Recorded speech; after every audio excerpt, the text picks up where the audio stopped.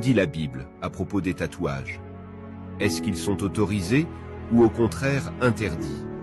Il semblerait que la Bible soit explicite concernant le tatouage lorsqu'elle déclare « Vous ne ferez point d'incision dans votre chair pour un mort, et vous n'imprimerez point de figure sur vous.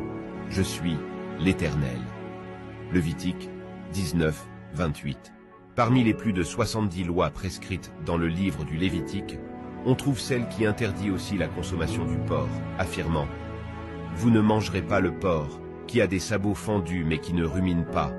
Vous le considérerez comme impur. » Lévitique 19, 11. Cependant, les chrétiens consomment du porc sans se préoccuper de la loi qui en interdit la consommation. Mais pourquoi? On reconnaît dans l'Ancien Testament 3 catégories de lois. Les lois morales, par exemple, les 10 commandements. Les lois cérémonielles, par exemple les rituels sacrificiels d'agneaux. Les lois civiles ou sociales.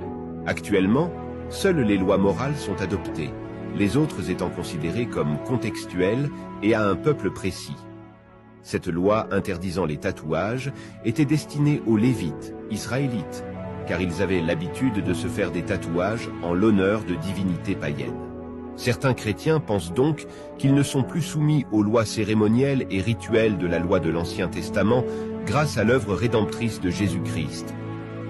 Ainsi, ils seraient donc autorisés de manger du porc, tout comme ils seraient autorisés de se tatouer. Cependant, la Bible dit aussi « Ne savez-vous pas que votre corps est le temple du Saint-Esprit qui est en vous et que vous avez reçu de Dieu? Vous ne vous appartenez pas à vous-même, car vous avez été rachetés à un grand prix. » 1 Corinthiens 6, 19.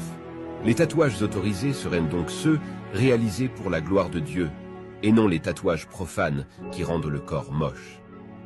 Les chrétiens sont appelés à exercer la sagesse et leur discernement pour tous les aspects de leur vie, y compris les décisions qui concernent leur corps.